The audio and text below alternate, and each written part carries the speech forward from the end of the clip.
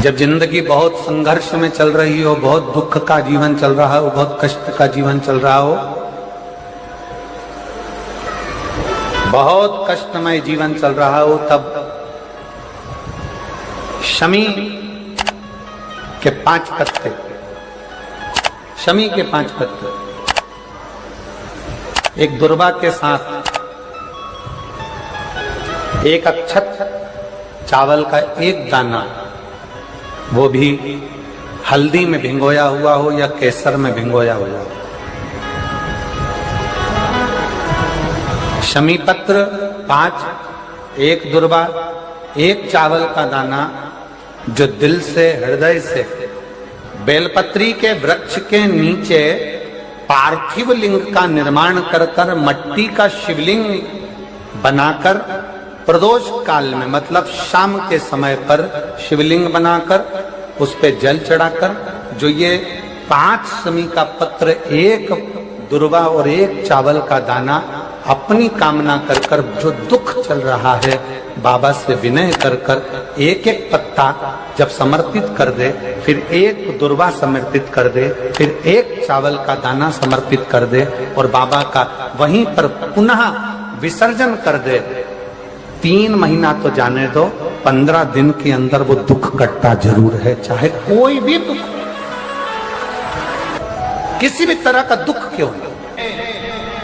एक बेलपत्र के वृक्ष की परिक्रमा करने वाले को हजारों अश्वमेध यज्ञ का फल प्राप्त हो जाता है, हजारों अश्वमेध यज्ञ का फल प्राप्त हो जाता है। उसी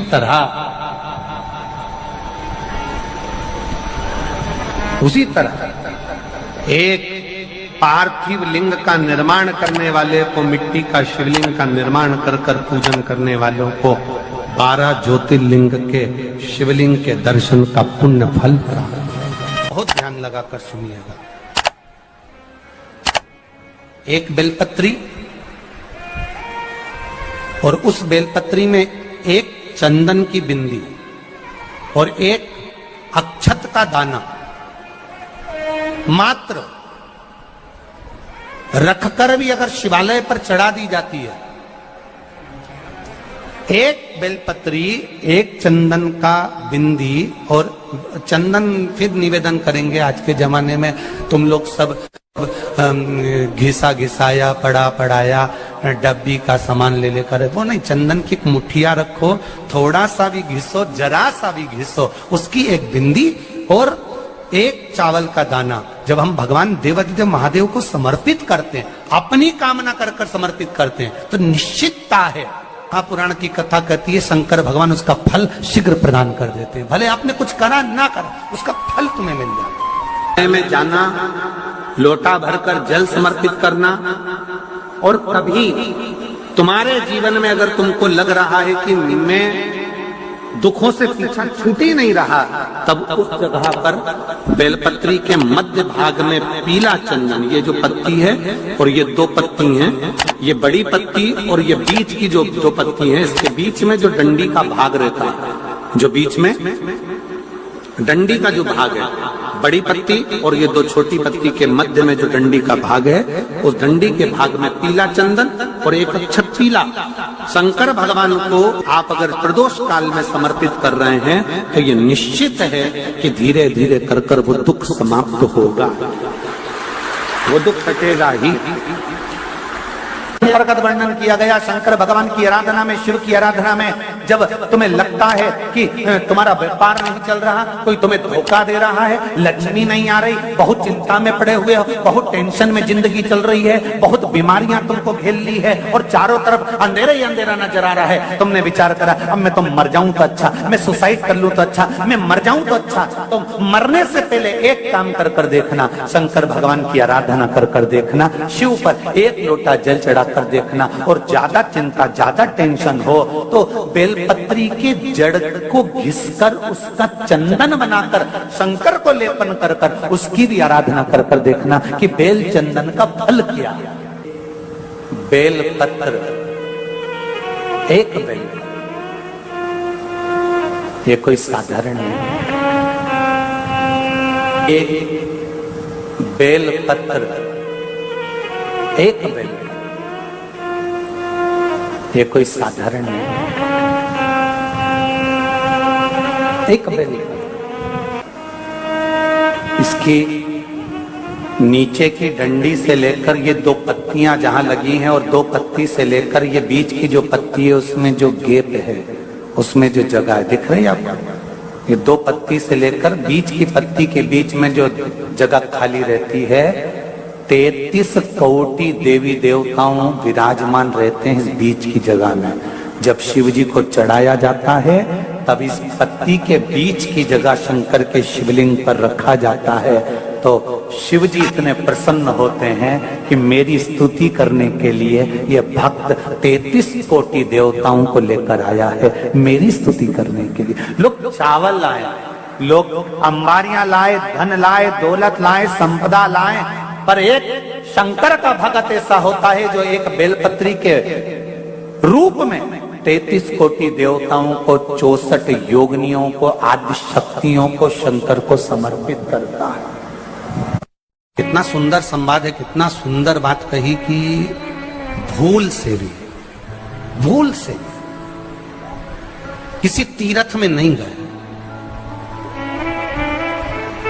कहीं हमने गौदान नहीं करा, कहीं हम किसी तीर्थ में नहीं गए, हमने कहीं गौदान नहीं करा, हमने कहीं ब्राह्मण भोजन नहीं कराया, हम कहीं गंगा यमुना कावेरी सरस्वती नर्मदा छिपरा पुण्यवान नदी में हम स्नान नहीं कर पाए। शिव महापुराण की कथा कहती है भूलवश भी अगर पिपलेश्वर या बटकेश्वर किसी शिवालय पर भूल से भी अगर एक लोटा जल चढ़ जाता है तो देव अधिदेव महादेव सारे तीर्थों का फल अपने आप प्रदान कर देते हैं। भूल से भी चढ़,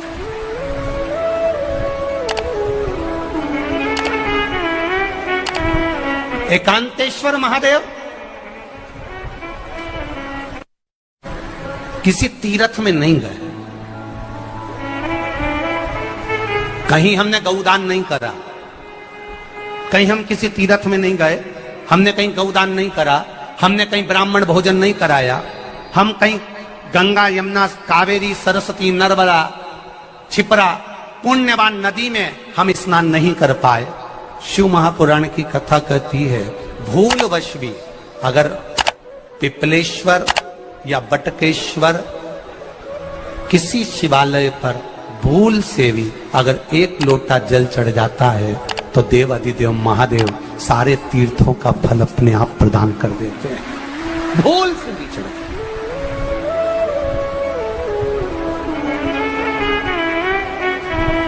एकांतेश्वर महादेव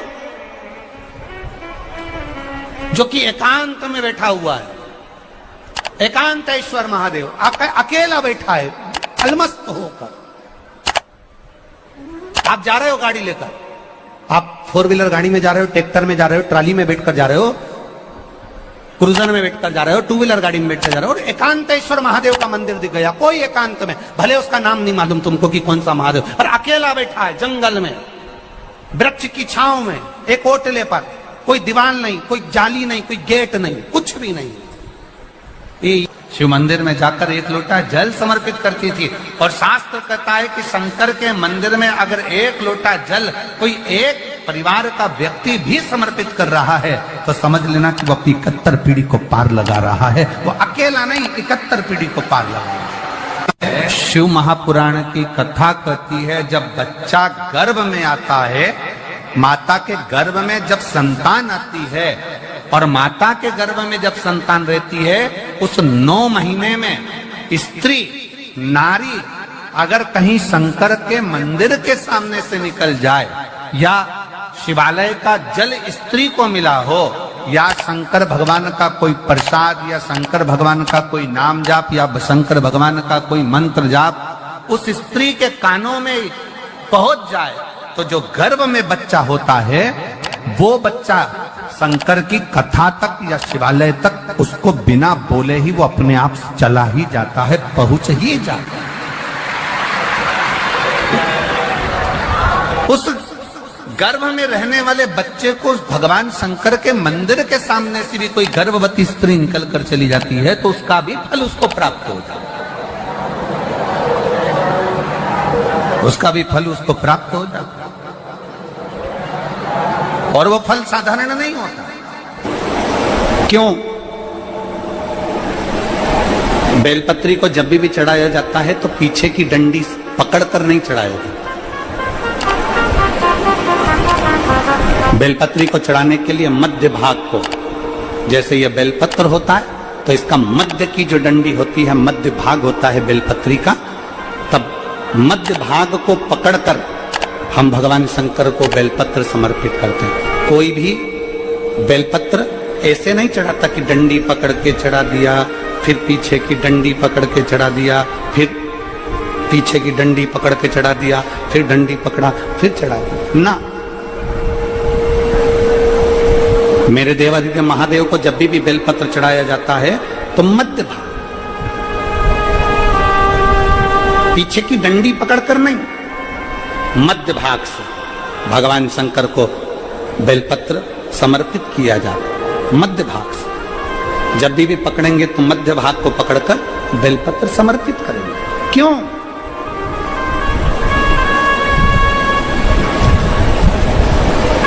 क्योंकि हमने भगवान शिव को मध्य भाग पकड़कर इसलिए समर्पित करा कि ये केवल बेलपत्र का मध्य भाग नहीं है मेरे शंभू, मेरे हृदय के मध्य भाग को मैं आपके चरणों में समर्पित कर रही हूं। मेरा दिल, मेरा हृदय, मेरा चित्त मैं आपको दे रही हूं। मध्य भाग एक विश्वास के साथ दे रही हूं। इतनी सुंदर बात नंदी ने कही है।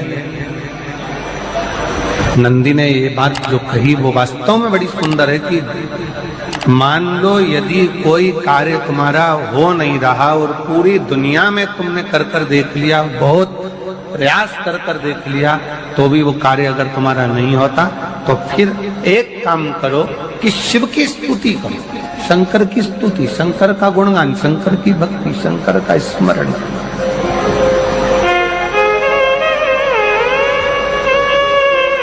फिर शिव की स्तुति करिए, शंकर से विनय करिए, शंकर से निवेदन करिए, शंकर का गुणगान करिए।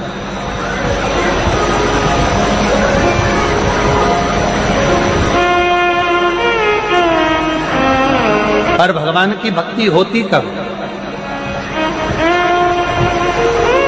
जितने आस्था चैनल पर कथा सुन रहे हैं, जितने फेसबुक यूट्यूब पर कथा सुन रहे हैं, जितने पंडाल में बैठकर शिव भक्त कथा को रसपान कर रहे हैं, उनसे निवेदन करूंगा कि शंकर की भक्ति होती कब है, शंकर का स्मरण कब होता है, शंकर की भक्ति कब होती है, शंकर की कथा सुनने में मन कब लग सकता है?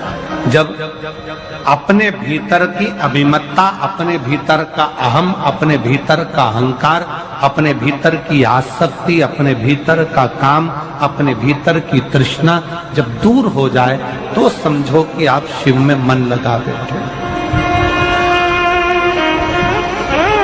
कितने सारे लोग बैठे हैं यहाँ पर कथा में, सब पंडालों के अंदर लोग शिव भक्त बैठे हुए हैं। कई लोग ऐसे भी होंगे जिनका आकर बैठ तो गए पर दिल नहीं लग पाए। दो जल व्यक्ति के जीवन को बदलते। कितने जल? जम के बोलो जरा। दो जल। एक देवादिदेव महादेव के लिए भरा गया एक लोटा जल, और दूसरा है स्वयं के लिए भरा गया एक लोटा जल। यहाँ पर अगर बुजुर्ग मेरी माताएं बैठी होंगी, मेरी जीजियां बैठी हैं, मेरे जीजा बैठे हैं, बुजुर्ग जितनी माताएं बैठी हैं, वो पुराने समय का अगर लेख उठाकर देखेंगे तो पुराने समय के लोग भोजन करने बैठते थे ना, तो भोजन करने से पहले अपने पानी के लोटे को भरकर, अपना गिलास भरकर बैठते थे। किसी ने देखा है कि नहीं देखा? जम के बोलो जरा, देखा है आप लोगों ने? पुराने समय के लोग जब भोजन करने बैठते थे, पुराने समय के लोग जब भोजन करने बैठते थे तो अपना पानी का गिलास, अपना पानी का लोटा पहले भरकर आसन लग जाता था। बहू आसन लगा देती थी, बहू खाना बना देती थी, घर की पत्नी खाना बना देती थी, भोजन बना देती थी, घर के लोग भोजन दे देते थे। थाली कोई भी लगा कर ला कर दे, थाली कोई सजा कर ला कर दे, पर घर का जो व्यक्ति खाना खाने बैठता था, भोजन करने बैठता था, वो अपना पानी स्वयं भर कर बैठता।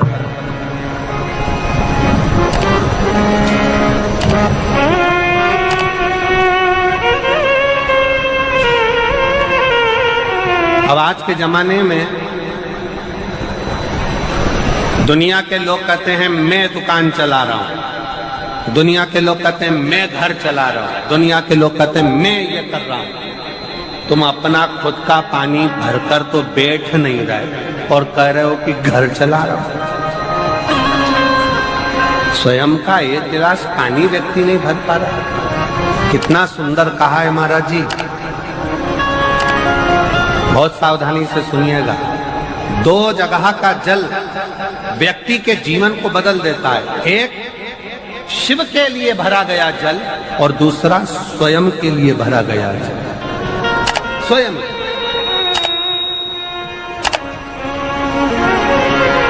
शंकर के मंदिर में जा रहे हो, एक लोटा जल अपने घर से भरकर लेकर चले जाओ और अपने घर में जब तुम भोजन करने बैठ रहे हो, जब तुम रोटी खाने बैठ रहे हो, भोजन करने बैठ रहे हो, भोजन ग्रहण करने बैठ रहे हो, जब तुम भोजन को ग्रहण करने के लिए बैठ रहे हो, तब अपने घर में जब तुम भोजन ग्रहण करने बैठ रहे हो तो एक लोटा जल या एक गिलास पानी भरकर बैठो।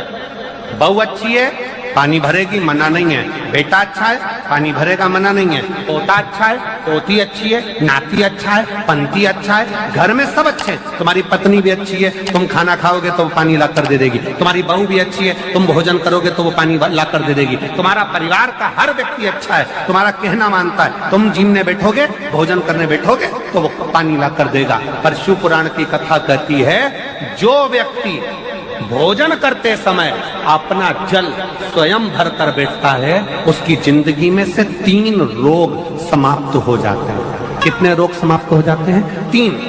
पहला, अपना जल स्वयं भर कर बैठने वाले के घुटने का कभी भी डॉक्टर उसके घुटने बदलने का बोलेगा ही नहीं, घुटना बदल ही नहीं सकता। स्वयं का जल भर कर बैठे। दूसरे नंबर पर, जिसकी रीढ़ की हड्डी में कमर से लेकर कंधे तक जिसकी हड्डी में दर्द होता हो, या जो सुबह सुबह सोकर उठता हो और उसके कंधे दुखते हो या पीठ दुखती हो। दूसरे नंबर का रीढ़ की हड्डी का दर्द। और तीसरे नंबर का, डॉक्टर को दवाई खा खा कर परेशान हो गए और आधा सिर का रोग, भुकुटी, ये भौएं दुखती हो, सिर दुखता हो, ये कान के पास का दर्द होता हो, तो अपना भोजन करते समय अपना पानी स्वयं भर कर बैठो। आपको ये 3 रोग से मुक्ति अपने आप मिलना प्रारंभ हो, अपने आप। अब किसी ने कहा, गुरुजी पत्नी पानी ला कर देती है, पति पानी ला कर देता है, बेटा पानी ला कर देता है, बहू पानी ला कर देती है, पोता पोती पानी ला कर देते हैं, नाती पंती पानी ला कर देते हैं, नौकर लगे घर में वो पानी ला कर देते हैं, सेवादार लगे घर में वो पानी ला कर देते हैं, तो हमको पानी लाना क्यों जरूरी है? तो अग्नि पुराण में वर्णन आता है कि जो घर में पानी जिस मटके में भरते हो, जिस हंडे में भरते हो, जिस बाल्टी में भरते हो, जिस टंकी में पानी भरते हो, पीने का पानी जिस हंडे में, मटके में, बल्टोई में, जिस गगरे में तुम भरते हो, वो स्थान पितरों का स्थान रहता है। जब हम पानी भरकर भोजन करने बैठते हैं तो हमारे पितर